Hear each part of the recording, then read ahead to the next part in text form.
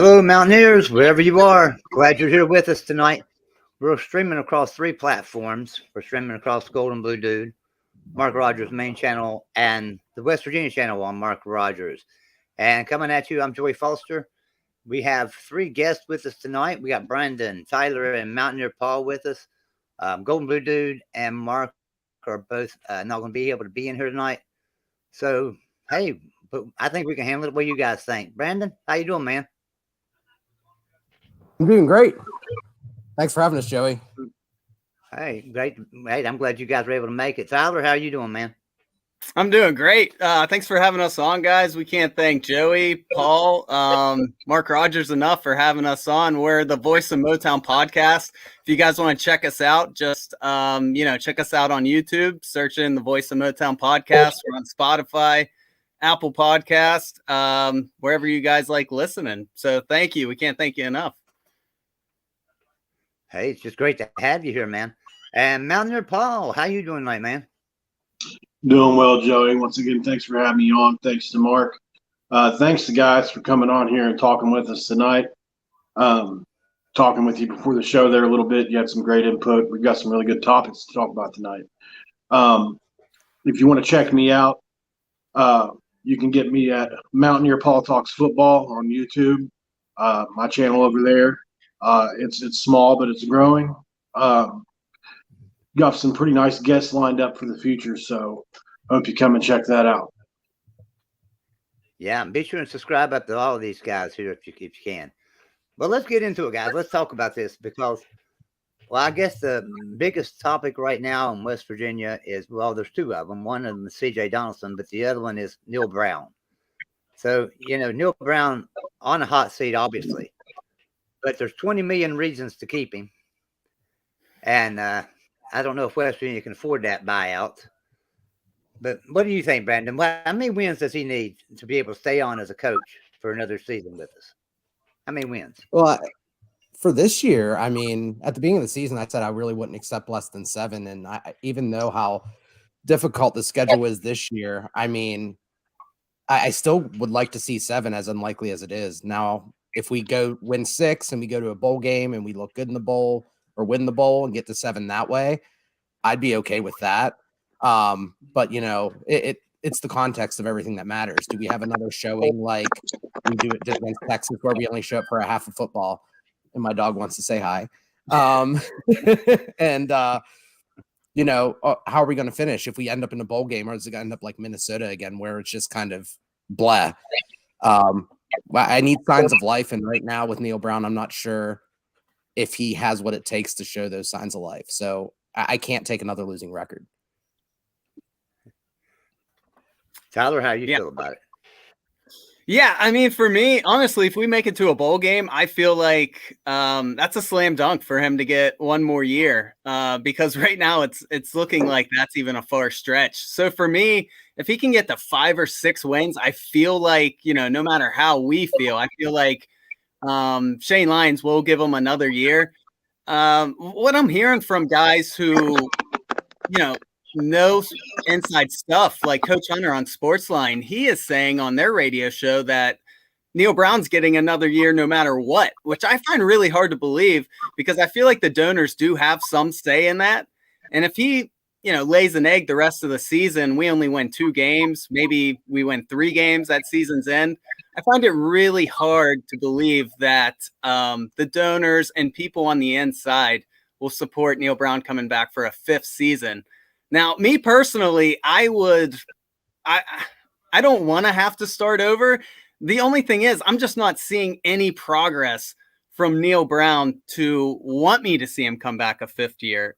But there's 7 games left. I'm really hoping in these next 7 games, he shows all of us something that gives us some faith and something to look forward to. Because right now it seems like optimism is at an all-time low.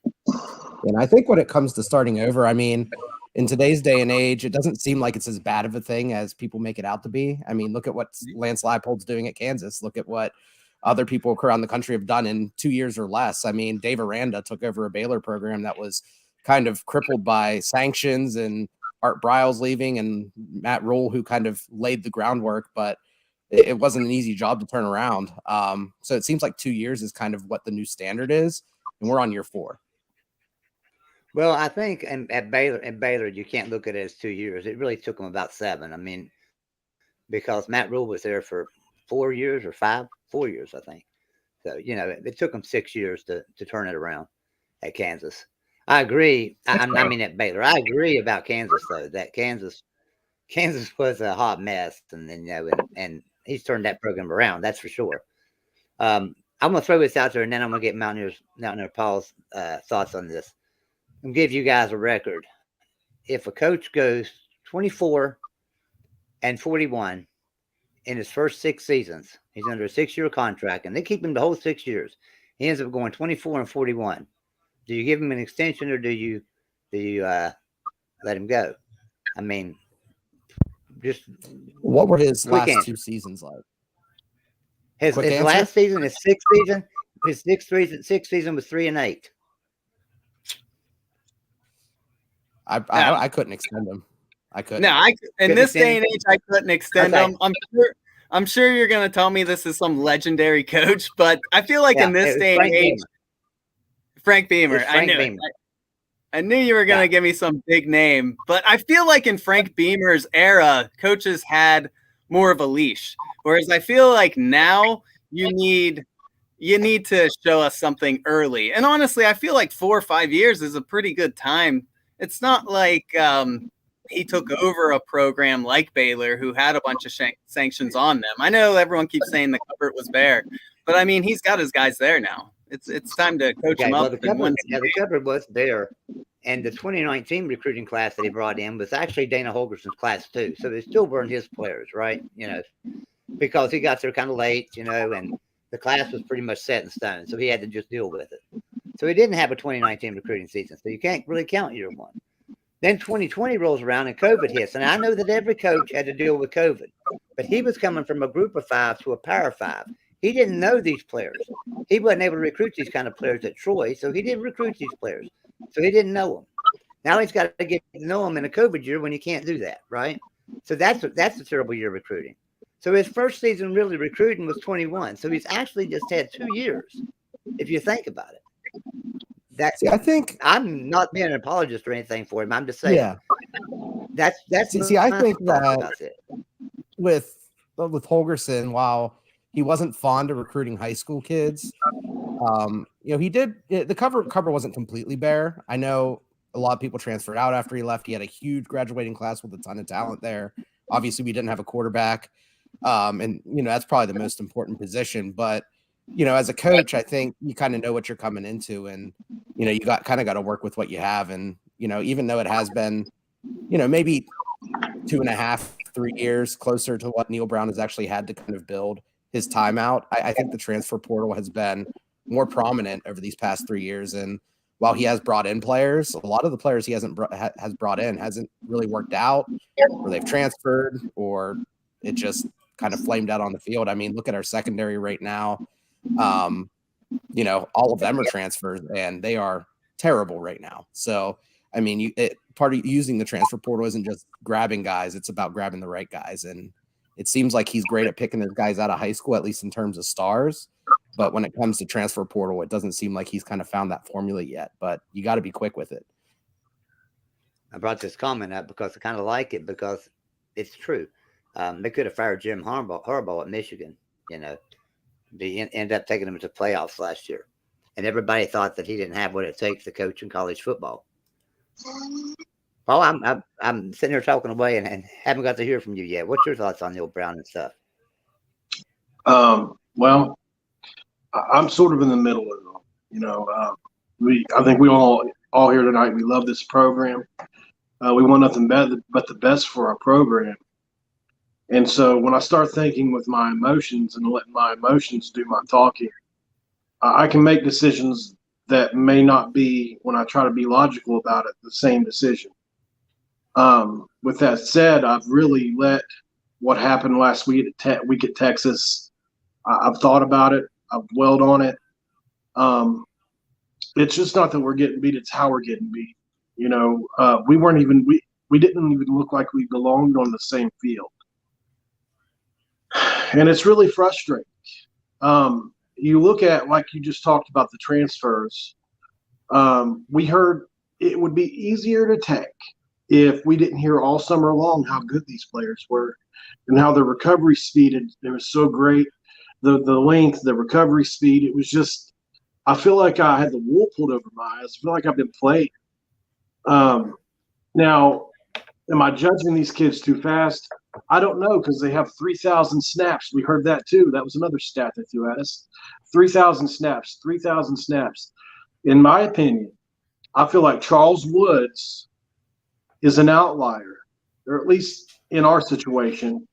They get Charles Woods, they hit. SCS guy. They think they found a new formula. They jump back into the portal, and they try to find these hidden gems that have the metrics that you're looking for, and they haven't worked out as far as grasping the scheme. Jordan Leslie's scheme is notoriously difficult to grasp. He talks about having to simplify it all the time. And if that's the case, then it's not running at full speed. We haven't had a true bandit.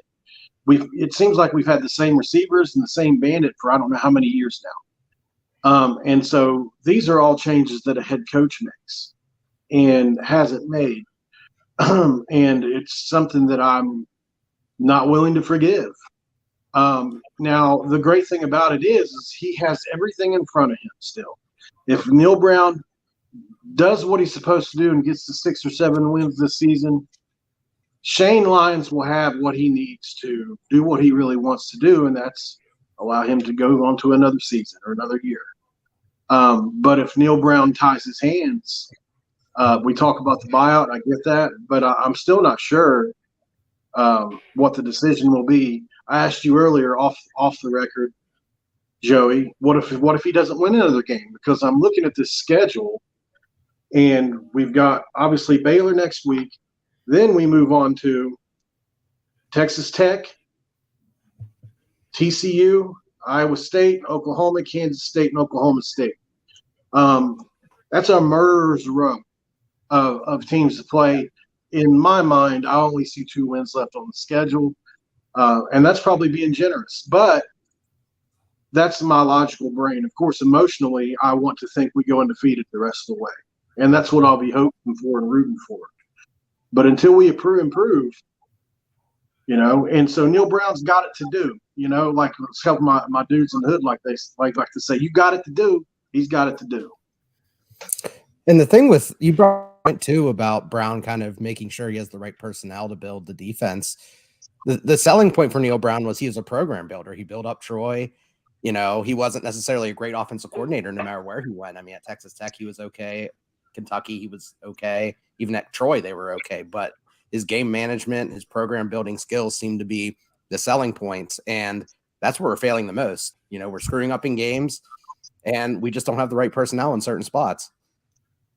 Yeah. I get tired of the sorry, Joey. I was just going to say that I get tired of getting all the way down inside the 5-yard line and getting a false start. That comes the coaching. It does. Yeah, or to get a false start and delay a game before you even take the snap to start a drive. I mean, you're already digging yourself a hole. Like, I don't know. It'd be one thing if this was all happening in year 1 and 2, but we're in year 4 and they're still making the same mistakes. And Brandon brought up a great point on our podcast we recorded the other day that even on defense, it's just basic fundamentals. He brought up how, who was it? McCormick, who got absolutely burnt on that first Texas touchdown by that double move he had no help to the sideline and he had help over the middle and he completely turned his hips and gave up the outside. And that's from a guy that, like Mountaineer Paul was mentioning, that's from a guy who we've been hearing, all summer. Yeah, this guy's played so many snaps. He's got so much experience, and he's making errors that a freshman makes. And so I don't know. Is that something he should know? Is that something he should have been coached? I don't know, but it's hard to just keep watching the same mental basic mistakes that are going to lose you ball games when good coaches don't let that happen on a consistent basis. Did you guys hear Wesley McCormick was being interviewed, and he let slip, I think, that he was asked to leave James Madison. So it's not like he was a player they were trying to keep. He was asked to leave. And you look how good they have the number one defense in the country right now, statistically. So obviously there's talent there. If he wasn't good enough to start for them at the level they are, I don't know. I don't know if he's as good as a pickup as was labeled. And I hate to be so harsh on him because Pro Football Focus, he had an 87 or an 88 overall grade out of last year. That was what I beat that drum to death in the offseason. Look at this Pro Football Focus grade. So I'm a little let down. But at the same time, when he let slip that he had been asked to leave, that was something that pricked my ears up a little bit. Yeah. Speaking of, one James thing we Madison talking and, about with Neil Brown being we talking about Neil Brown being a good program builder. He seems to be bringing in the right staff. I mean, Jordan Leslie's been a pretty good defensive coordinator for us, for the most part. Right. Then we have Rodney and Graham Harrell this year for special teams. So it seems to be like he knows where we were lacking each year in our program. So he's handled it. But but it goes back to how many times since Neil Brown's been there have we come in from off of a timeout, come back in the game and got to delay a game? We've done that. We've done that several times since Neil Brown. We're calling timeouts after like kickoff and change of possessions. Yeah, it's been kind of silly. So I mean, that's my biggest pet peeve with Neil Brown is the penalties, because those penalties, sure, them kids are going to make mistakes every once in a while, but so many penalties like that goes back to coaching. So.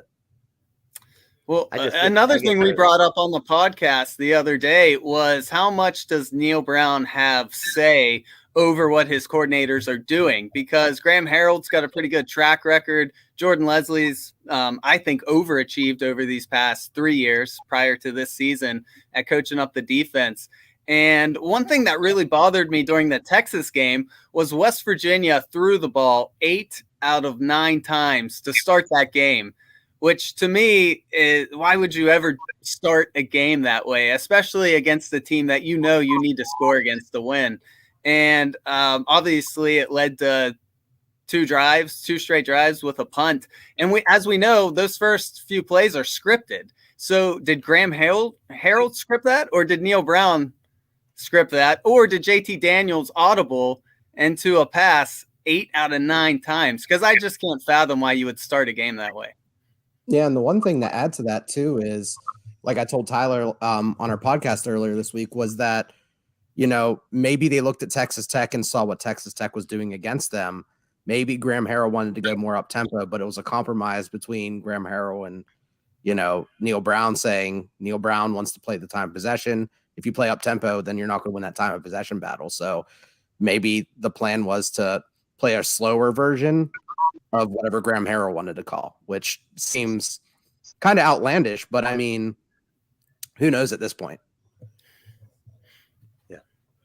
I thought going into the Texas game, I said we need to just control the ball and get some consistent drives going up and down the field. We didn't need to score real fast against Texas, because Texas has pretty daggone good offense, and they'll just go back and score too. If we can hold them every once in a while, though, then we had a chance. Of course, it didn't work that way. They opened up a can on us that we couldn't get. We didn't have a chance in that game. We were completely outmatched. Now, talk about for just a second, because we'll have another show before then. But let's talk about Baylor coming up for a second. Baylor's coming up. Baylor's never won in Morgantown, not ever. So, but other than that, there's no positives looking at this game, in my opinion.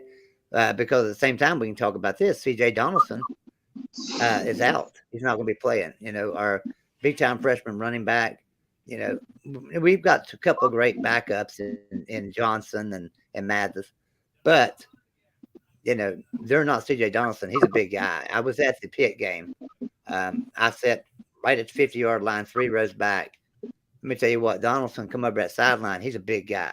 He's converted tight end. And he's a monster coming out of that backfield.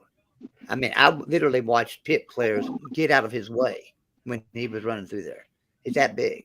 So, that's a big hit for us to lose. And I know, Paul, you was talking to me earlier today that you talked to a neurologist about that injury. Can you tell us a little bit about that? What did you find out? Yeah. So it's funny in a week that feels like there were, more concussions than I can remember hearing about in a long time. And there's some similarities between the first Tua Tagovailoa concussion and CJ's concussion. And it's the kind of a concussion that obviously affects you neurologically. And so range of motion, strength of hand grip, things like that. I wish I had him on because I'm not doing the technical terms, but he basically just spelled it out for me that it's at least a 6-week recovery. You can rush it back and forth, but you're running the risk of those concussions stacking on top of each other. And that's what happened to Tua, which is why his finger's locked, because it's a neurological issue.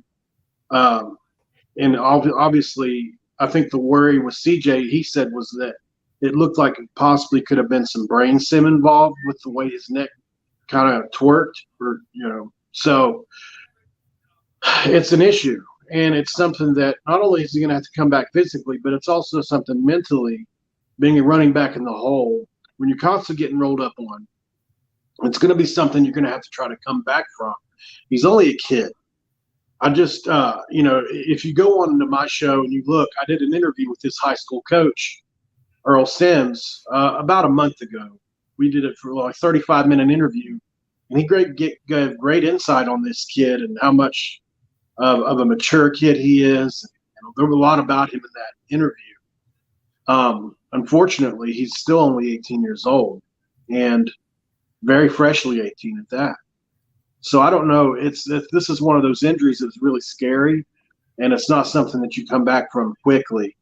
But like I said, the neurologist I spoke to said it's probably more likely a 6-week recovery than a 4-week. So my question out of that is, why not redshirt him if that's the case? Because why waste a year of eligibility? We've seen what he can do. We know he's our best player outside of JT, maybe even better than JT. Why rush him back? Let him come back as he will, and let him come into next season, assuming we can hang on to him. That'd be great. Yeah, I agree. I agree. And I think about Clint Trickett every time somebody says concussion. I think about Clint Trickett. He had his concussion was similar to that, I believe. So, he ended up having to retire. So, yeah.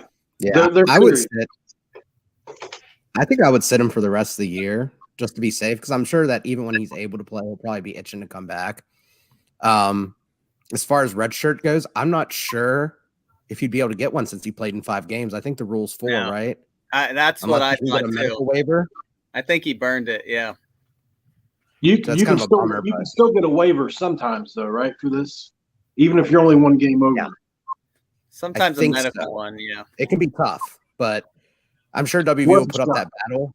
I mean, either way, I'm fine with him sitting even if he does lose the rest of the year and he has to come back as a true sophomore, because, I mean, I don't want him further escalating or injuring that. And right now, I mean, the way the season is, it's not like, I mean, he would come back and make a difference, but is he going to come back and we're going to win 8 or 9 games? No. So, Yeah.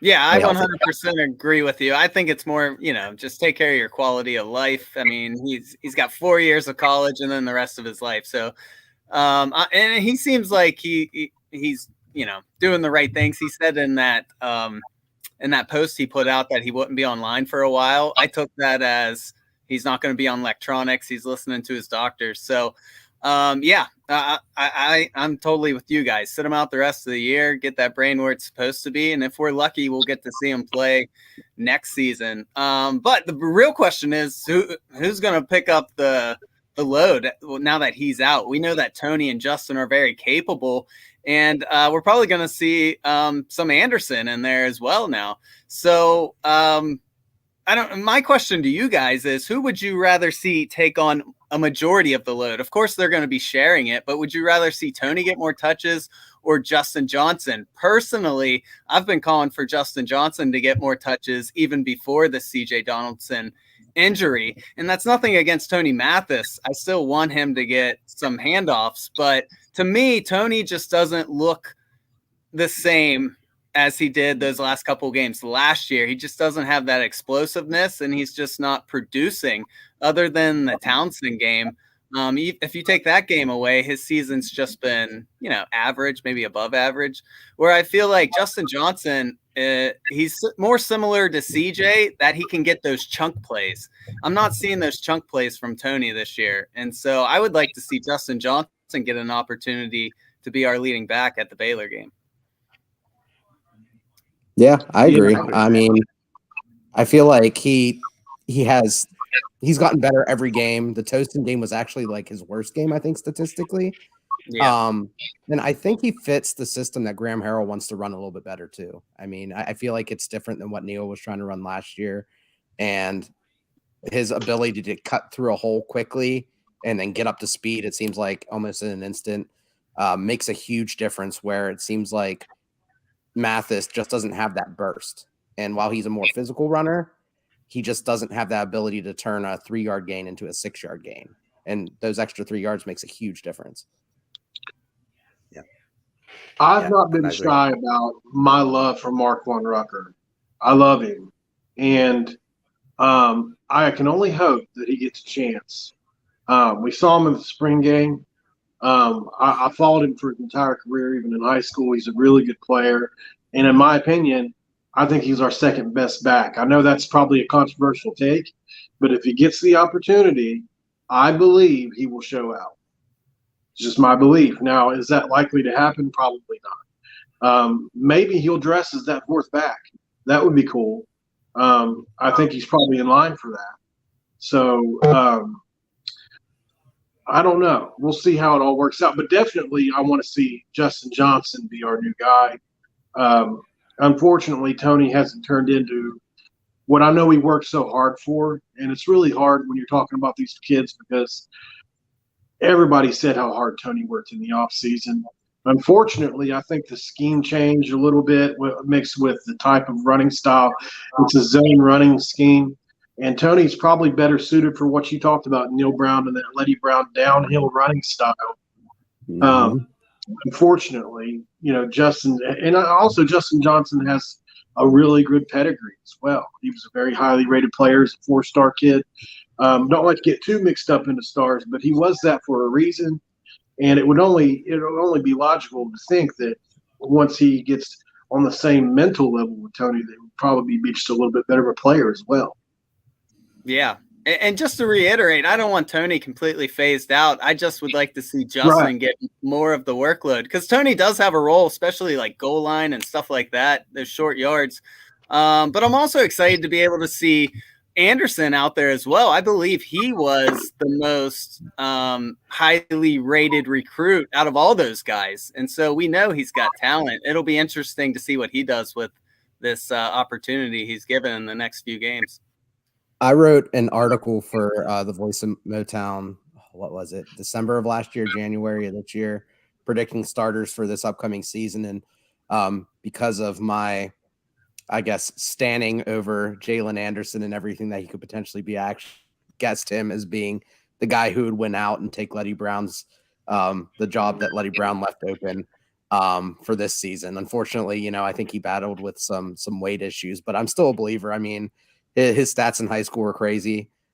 His ability to run and catch the ball, that's really enticing. Having a true 3-down back.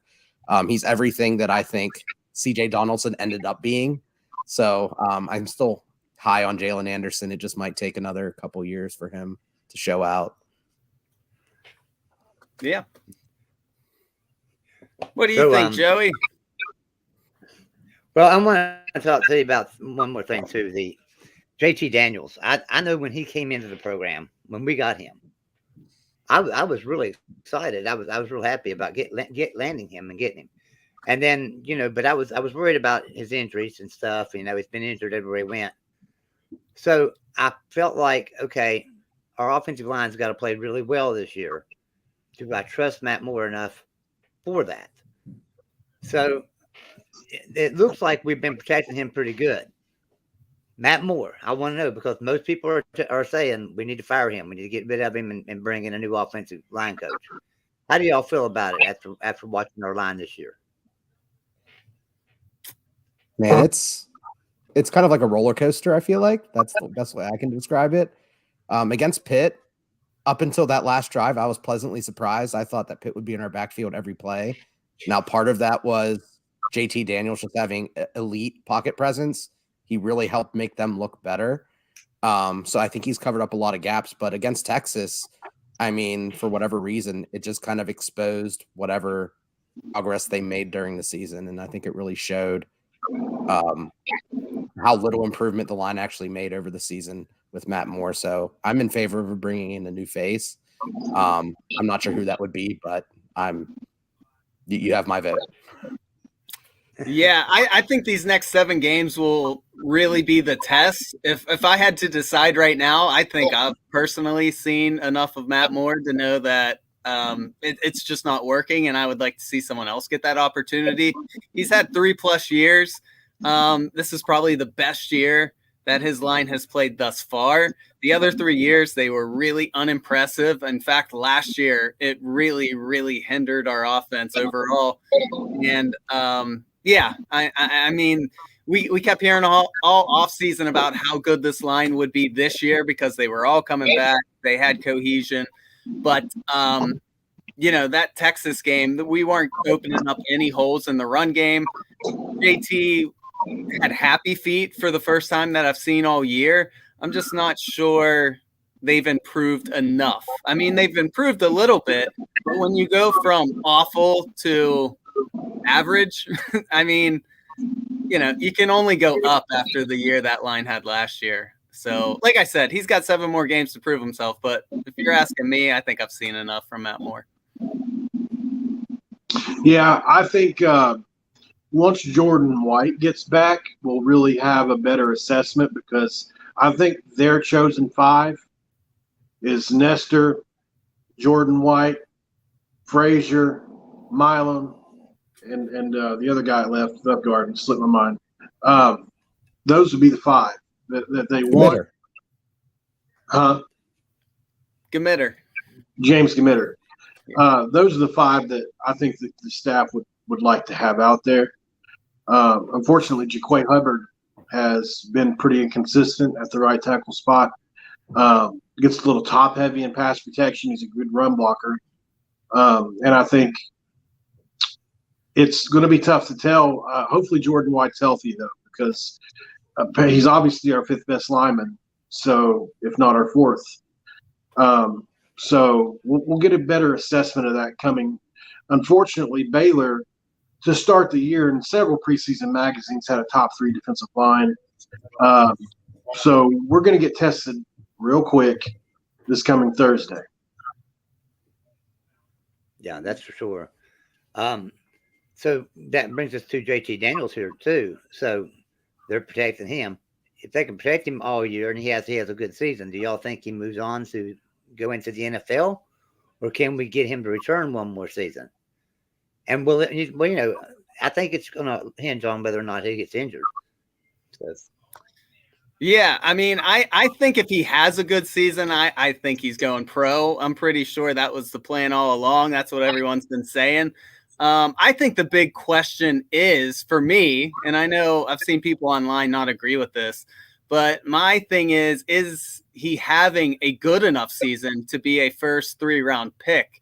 And as of right now, and this is not a knock on JT at all. JT is a great quarterback. I would say he's not having an explosive enough year to go in the first 3 rounds. And personally, I think he would benefit if this season ended right now. I think he would benefit from coming back one more year, put up big numbers, and be a higher draft pick, get paid money quickly. But I mean, once again, he's got 7 games to ball out. And if he can have a really good stretch at the end of the year, he's definitely going pro. Like I said, I don't put that on JT. I think it's been more of the people around him are maybe hindering his numbers a little bit. But everyone acts like it's a slam dunk he's going pro. I'm not so sure it is at the moment. Yeah, I agree. I mean, I don't think I just don't see him. I think this is a tough year right now in terms of quarterback class for NFL draft to think that playing for a mediocre West Virginia team is going to get you drafted in the first 3 rounds. I mean, unless he throws for like 4,000 yards and 30 touchdowns, I doubt it. I mean, I think it would really benefit him to come back another year. I mean, we're bringing back a decent amount of talent. Obviously, we're losing his favorite target in Brett Wheaton, so that would be a little bit of a negative, but it's just a deep class. And with the way that the Big 12 is, there's going to be questions coming in if you would test the draft waters and say, what type of leader is he? Even though our record this year is no indication of the way he's played. I agree. Breaking up a bit, Brent. And, it's tough because our receivers just aren't getting separation. I mean, the Sam James touchdown seems to be the most separation we've gotten all year against Virginia Tech.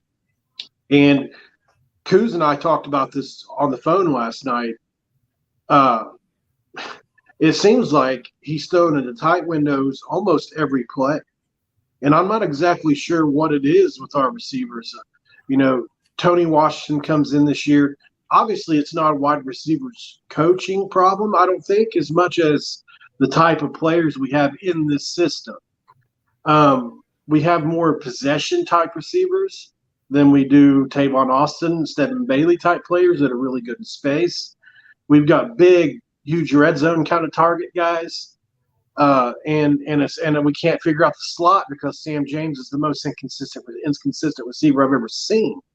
So unless Preston Fox, somebody like that comes in and steps up, I don't know. We need production out of the slot in order for JT, because anytime we've ever seen this offense work, the slot has been integral to it. Whether that was Tavon, whether that was anybody else that we've seen in the slot for us. We've had them over the years. So JT is having a medium season. I think he's ravaging right around 200-something yards a game. It's not anything that's going to blow anybody away. He's barely on pace to eclipse 3,000 yards. So I don't think that's what he envisioned coming into this season. So I'm hoping that the production ramps up over the next 7 games. And because personally, I think Nico I would rather have Nico back next year. That's just my personal opinion. I'm ready to insert him into the lineup. I think he will be a better player eventually than JT ever will become. Those are just my opinions. What he did against Bishop Gorman, teams like that in his high school career, the intangibles that he showed during those games, throwing up on the football, throwing the winning touchdown, and the things that we hear him talk about, how close he is to JT. If he's soaked up enough, I think that he can eventually be inserted into the lineup, and maybe not right away, but I do think eventually he'll be a better player. I think about what Tyler was saying. He was saying that we were going to lose Bryce for Wheaton, but we've got some talented receivers. Caden Prather's pretty daggone good receiver, and we just signed. Who was that? I can't remember that name of that player. Rodney Gallagher. Gallagher, right? Gallagher. So when we signed Rodney Gallagher, I was really excited about that one. With him coming back, with him coming in next year, we're still going to have a talented roster. Even though he'll be a freshman. I don't think JT Daniels will go pro this year, regardless. Myself, I think he will return another year because really he needs the experience. He's not really been in college enough to show. He's been in college enough. He's not been in the football enough to show the NFL scouts what he can do. So I think regardless of this year, he'll be back another year. Don't sleep on Elijah Caldwell as well out of South Carolina. He's a really good player, very underrated. Cam Johnson came to us in the offseason, decommitted. His teammate Elijah Caldwell out of Rock Hill, South Carolina, as he's also a really good receiver we've got coming in next year. I'm looking forward to seeing him too. He's very underrated. But I mean, I don't think it's a problem that we can't go wrong with if you really think about it. Whether Nico is inserted or whether JT comes back, I think those are both desirable situations to have. Yeah, 100%. So we know that Nico. I'm sorry. I mean, ahead. I would love to have JT back. I think he's very talented. I just think, the drops, the line always not giving him the best protection is what's hindering his stats. I think he's talented, and I think he could still go pro. I just don't think it's a slam dunk like everyone's trying to say. We interviewed Rodney Gallagher over the summer. Very impressive kid. I mean, he was like a pro already in the interview. And from what I hear, though, because when we interviewed him, he said he's going to play wide receiver all this season in high school. But last I heard, he's back at quarterback. I don't know if there was an injury or something. So that might hinder. What's that? He's just their best player. Yeah. So I don't know if that might hinder his impact, his immediate impact, since he's not getting all of those tiny little things you need to work on as a wide receiver. But without a doubt, I expect him to make a few splash plays here or there his freshman season. But who knows? It might take until his sophomore year for us to really see just how good he is. So it's been widely known that Nico's the quarterback of the future for West Virginia. Everybody's talking about Nico being the quarterback of the future. If JT returns next year, do we lose a quarterback in that quarterback room? Do we have somebody transfer? I know we all talked about this last year, and I was one of them that thought somebody was going to transfer. Nobody did. That really surprised me. But if JT returns next year, do we lose somebody, you think? I think so. Definitely someone. I don't know I hope it's not Nico. I hope Neil Brown has a real talk with him about what's going on, engaging what he wants. But yeah, I mean, without a doubt, if JT comes back, someone's bolting, whether it's Green, Crowder. And don't sleep on Will Crowder. He seems to be very talented too. I think he could be a nice bridge quarterback if Nico's not ready and we don't have JT next year. There are some people that think he's better than Nico right now. I've heard I'm that. not one of them. But, I mean, he's got everything you want in today's quarterback. He's got mobility. He's got a strong arm. He can make every throw. He was the most impressive player in our spring game. But Nico had just gotten there. He'd been there for a year already. So it's really not a fair assessment. I think what we saw in the game against Towson was a probably more fair assessment. I think we just have a talented quarterback room in general. In my opinion, I think Goose Crowder would be a starter a lot of places in the country. We're just lucky to have the players we have in the room between he and Nico. I'm not the biggest Garrett Green as a quarterback guy. I'm on record with that, but there are people that would think he's the Skylar Howard, just haven't given a chance yet. So Garrett Green, I think he would be an excellent FCS quarterback, an excellent lower Division I college quarterback. I'm just not so sure I can see him being elite at a Power 5 school with his size and his limited arm ability. He's got fantastic legs. He's a great playmaker. But I feel like if he was our quarterback in the Big 12, that Big 12 teams would know how to scout that and limit his ability to run and would just force him to pass. So I'm kind of with you. I don't want to, be disrespectful to Garrett, but I don't see him being the future here at all. Yeah, I think he's very system dependent. But that's it. He's got arm strength, and that's all. He can throw it a mile, but he has no intermediate accuracy, unfortunately. Yeah. What do you think? It's lagging a little bit. Oh, yeah. My internet's often not great right now, but I think Garrett Green could work in the right system. You have someone who's more of a zone read guy. I just don't see him long-term as a quarterback. I think, if anything, maybe a slot receiver or just a gadget guy. I definitely think he has utility, but I don't think it's long-term at quarterback. Yeah. Well, like I say, one thing is no matter who the quarterback is next year, they're going to have a talented wide receiver room. Even Preston Fox, walk on, it's a pretty daggone good receiver. So I was real happy with him, this year and its spring game. So let's look ahead to next week's game here for a little bit and talk about Baylor. Baylor was preseason favorite to win the Big 12. They go into BYU and lose, which doesn't hurt their Big 12 standings. But then they go and play Oklahoma State and lose. Now, like I say at the top of the show, they've never won in Morgantown. Can they get it done this time? How confident are you guys about West Virginia being able to maintain that standard, not allowing them to win in Morgantown? Can we knock them out another year? We did when they were number 4 in the country, and I think another time they were number 7 in the country. So for some reason, Baylor can't play here. Brandon, I'll let you take that one. To steal a line from Dumb and Dumber, I don't know, maybe 1 in a million.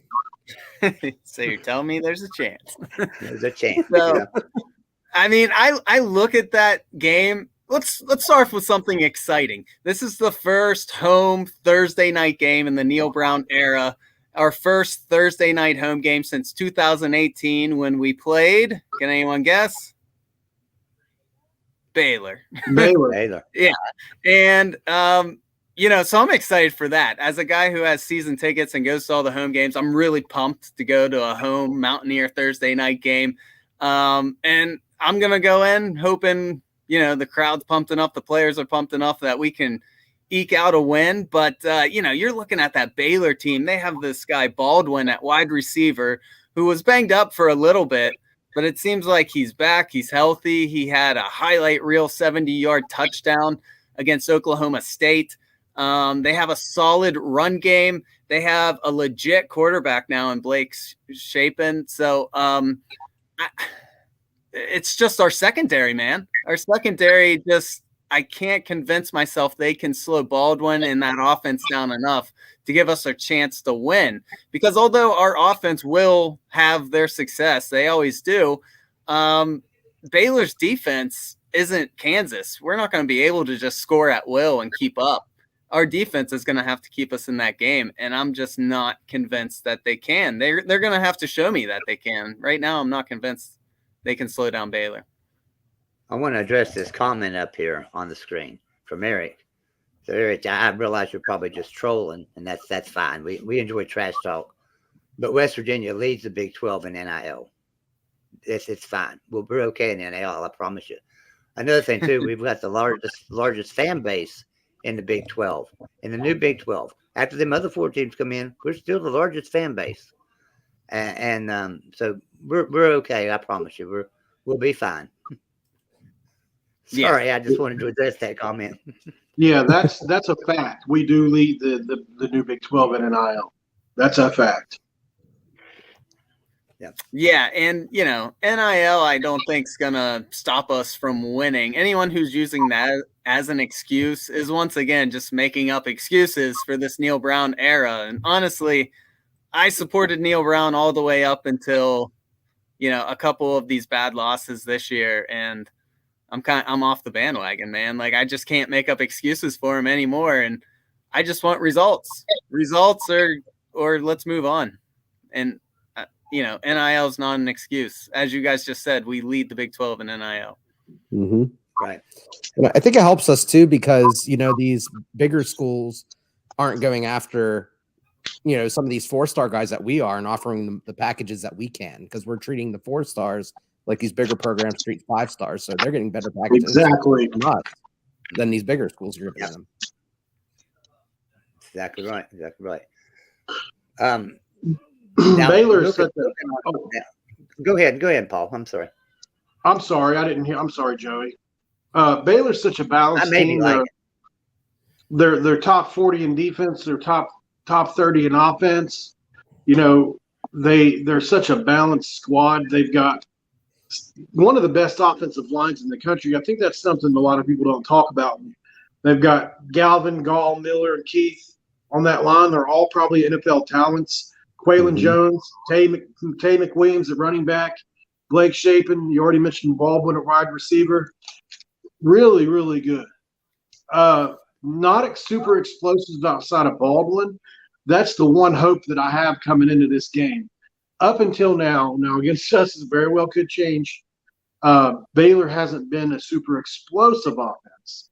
And so if we're going to go against a squad that's similar to us, it's probably Baylor, just at a higher level. They're more of a drive the field, 8-10 play kind of team, and they play really stout defense. That's what we pretend to be at this point. So I hope that we can turn into something a little bit more like that, because really how Baylor's winning is definitely the prescription for us too. And unless we can subscribe to it, who's going to happen? So. Yeah. Here's another thing to be really scared about is Ben Sims for them, their tight end. He doesn't get a ton of yards, but they love to throw the ball to him. And what kills West Virginia every single year is a tight end right over the middle. And I'm afraid that they'll be so focused on some of these speedy wide receivers that Sims is just going to get lost in the middle like guys were doing versus Kansas. So what do you think about that, Brandon? The good thing about Sims is that he is their safety blanket. So 17 of his 20 catches have been inside of 10 yards. He only has 6 targets for the entire season of 10 plus yards, and he leads the team in reception. So while I don't think we're going to cover him well, I don't think, he's going to really kill us. He might kill us for getting first downs and things like that. Baldwin is definitely someone who scares me because he seems like he can really stretch our defense. And that's what we struggled with last week with Texas. I mean, Worthy was just beating us downfield every time. The one saving grace though is that defensively, looking at Baylor, it seems like they're kind of weak in their secondary as well. So if we can make this a shootout, maybe we have a chance. Because interestingly enough, for the entire season, on passes further than 20 yards downfield, teams are 7 for 10 for 214 yards and 2 touchdowns when throwing downfield. So there's something there. You just got to get the time to throw the ball downfield to your guys, and your guys got to be open. And to your point, Paul, our receivers need to create some separation this week. One thing I've been pretty proud of, though, is our defensive line's been able to get some pressure on quarterbacks up until last week. We didn't do as good a job last week against Texas, but we've been able to get some pressure, and that's kind of affected their passing games. So I think we can get some pressure on Baylor's quarterback and create some scenarios where he's scrambling around and having to throw some bad passes. One thing that's really bothered me this year, though, has been the turnover ratio. I mean, we can't seem to get turnovers. We can't create any turnovers. Have y'all, and it seems like when we do try to create turnovers, and you'll see the players trying to rip the ball out, but then they're missing the tackle. They're trying to get the ball out and they miss the tackle. So. Yeah, and that's always kind of been the knock on this Jordan Leslie defense is that even the 3 successful years he had, we weren't known for creating a ton of turnovers. And now that you're a team that gives up a ton of big plays, the only way you can make up for that is turn the ball over occasionally. And I just don't see it happen, especially because it's not like we're giving up a ton of contested passes. Most of the time, these guys are wide open. We're not even in the vicinity to make a play on the ball. And so, but you're absolutely right. For us to beat Baylor, I think a big part of it is going to be turning the ball over. Well, guys, I'm getting ready to wrap this up here, and appreciate you guys coming on. But let's let you guys one more time tell everybody where to find you on across all your platforms, your Twitter and everything. I mean, let people know where you are. Mountaineer Paul, why don't you go first? Okay. Check me out on YouTube at Mountaineer Paul Talks Football. Basically the same name you see there at the bottom. On Twitter, my name is also Mountaineer Paul, but it's reverse. It's at Paul Mountaineer. You can find me on Twitter. I'm really active on there. Have a lot of opinions. Usually post during, especially Saturdays and Sundays. Usually give my opinion on what's going on. I'm a pretty opinionated guy, so that's kind of how that works. So for us, you can find us on Sure. You can find us on YouTube, Spotify, Apple Podcasts, anywhere that you listen to podcasts, at the Voice of Motown podcast. It's a separate account from Brad's Voice of Motown account. We also have Twitter, Instagram, Facebook, TikTok, all Voice of Motown podcast. Our on Twitter and on Instagram, I believe, is WVU Sports Pod. So if you can't find us through searching Voice of Motown podcast, search at WVU Sports Pod and we'll pop up for you. We also want to encourage everyone who's listening that wants to reach out, send us private messages, comment on the things that we've had. We encourage it. We love the fan interaction. We love debate. We love constructive criticism. So please reach out and let's talk football. Yeah, 100%. We love the fan interaction. And like Brandon said, we're always trying to get better. If there's something you like and you want us to keep doing, let us know. If there's something you don't like, let us know and we'll try to improve on it. And definitely like to debate stuff. We're heavy on Twitter, so get on there and let's talk some sports. Yeah. Twitter's one thing I never did use until about 6 months ago. I've had an account since Twitter was created, but never got on it until about 6 months ago. So, well, guys, I appreciate you coming on. Thank you so much, because it was kind of short notice. I had to call you guys up and get some short notice in there, but we really appreciate you coming on. And thank you guys for being here. And we want to thank everybody that's tuned in tonight. And I apologize because I've not been able to watch the chat on all three platforms. And so if somebody has super chatted or something and I missed it, I apologize, because every once in a while I get a message up here from somebody and I'll put it up on the screen.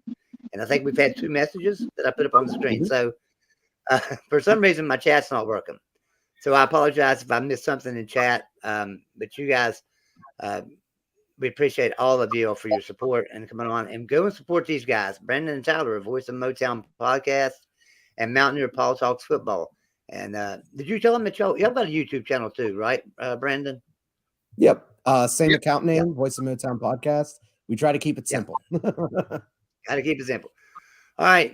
Until next week. Don't forget, guys, the Baylor game next week is on Thursday night. I'll be there. Football, so yeah. All right. Are you going to be there, Joe? I will be. Yes. Yeah. You're going to be at the game? I will be. We should all meet up. Yeah. And let's meet up as far as I remember, Golden Blue Dude's going to be there too. So. Oh, nice. Yeah, we'll all meet up. Yeah. We'll all meet up. Anybody in our chat that's going to be there, man, let us know. We'll all meet up somewhere and have some fun. That sounds like great idea. That sounds great. Voice of Motown podcast next weekend too. So have some birthday. Tell y'all what happened. So I'm telling you, I help another show. The Mountaineer Legends pregame show, and that's a show with Daryl Wolfley and Brian Joswiak. Well, so the first show was the pit game, and so they got a bar. They had a bar up there in Pittsburgh, and they did their show from there. It's a bar restaurant thing. Well, I went in there and everything, and I was talking, and it was great because I'm sitting there talking to Gerald Talley and Mike Vanderjack was there as well, Major Harris, Aaron Beasley. I can't think of who else. But anyway, they were going to bus us all over to the stadium to go to the game. And so I decided to go over early because I wanted to go over and tailgate a little while. So I was getting on the bus early. I got on the bus and they took me over to the stadium, and I'm talking to this guy sitting beside of me on the bus all the way to the stadium. They drop us off. We get out, and we're sitting there talking for probably 30 minutes, looking for the tailgate area. Me and him was just talking for like 30 minutes, and finally I said, "By the way, I don't know your name. My name's Joey." He said, "I'm Adrian." I said, "Oh my God, you're Adrian Morrell." And he said, "Yeah." I said, "But you were my favorite running back." I didn't even realize I was talking to Adrian Morrell. So that was a lot of fun. So Adrian came on the show last Friday on Mark Rogers for me. Is he number 45? I don't even remember his number. Oh, that's a long time ago. Yeah. They played 10 years in the NFL. So. Yeah. All right. Well, guys, appreciate you. And for everybody that's here, be sure and hit the like button on your way out so that it'll hit the YouTube algorithms, get this video suggested. And don't forget to hit the like and subscribe button. We appreciate everyone being here, and you guys have a great night. Let's go Mountain.